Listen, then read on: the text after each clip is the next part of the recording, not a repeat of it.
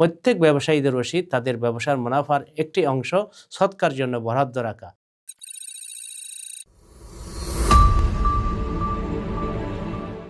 আসসালামু আলাইকুম ওয়া রাহমাতুল্লাহি ওয়া বারাকাতুহু। ইন্নাল হামদালিল্লাহ ওয়াসসালাতু ওয়াসসালামু আলা মান লা নাবিয়্যা বা'দা, আম্মা বা'দ। সুপ্রিয় দর্শক, মালাহিল টিভির পক্ষ থেকে আপনাদেরকে স্বাগতম।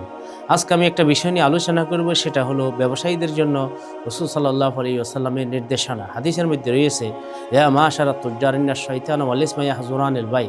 হে ব্যবসায়ী দল, শয়তান এবং গুনাহ ব্যবসায়ীদের কাছে একসাথে একত্রিত হয়। ফাশুবু বাইআকুম বিসসাদাকা, সুতরাং তোমরা তোমাদের লেনদেনকে পরিষ্কার করো সৎকার মাধ্যমে।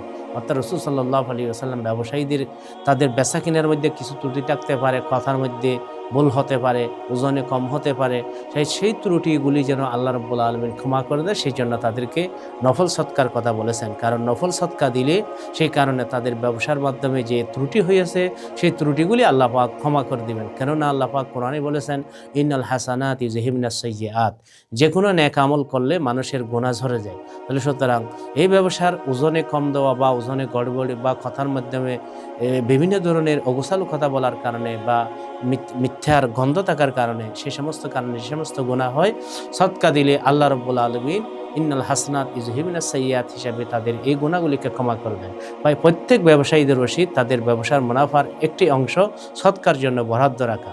যেমন দাউদ আলাইহিস সালাম রেখেছিলেন। দাউদ আলাইহিস সালাম তো তিনি 3 ভাগে ভাগ করতেন, 1 ভাগ পুঁজি হিসেবে রাখতেন, 1 ভাগ পরিবারের জন্য জমা রাখতেন এবং যা লাভ হতো আরেক ভাগ তিনি মানুষদের মধ্যে সৎকা করে দিতেন। আল্লাহ রাব্বুল আলামিন আমাদেরকে প্রত্যেক ব্যবসায়ীদেরকে সৎকা করার তৌফিক দান করুন। সুপ্রিয় দর্শক, আপনাদেরকে অসংখ্য ধন্যবাদ। আসসালামু আলাইকুম ওয়া রাহমাতুল্লাহি ওয়া বারাকাতুহু।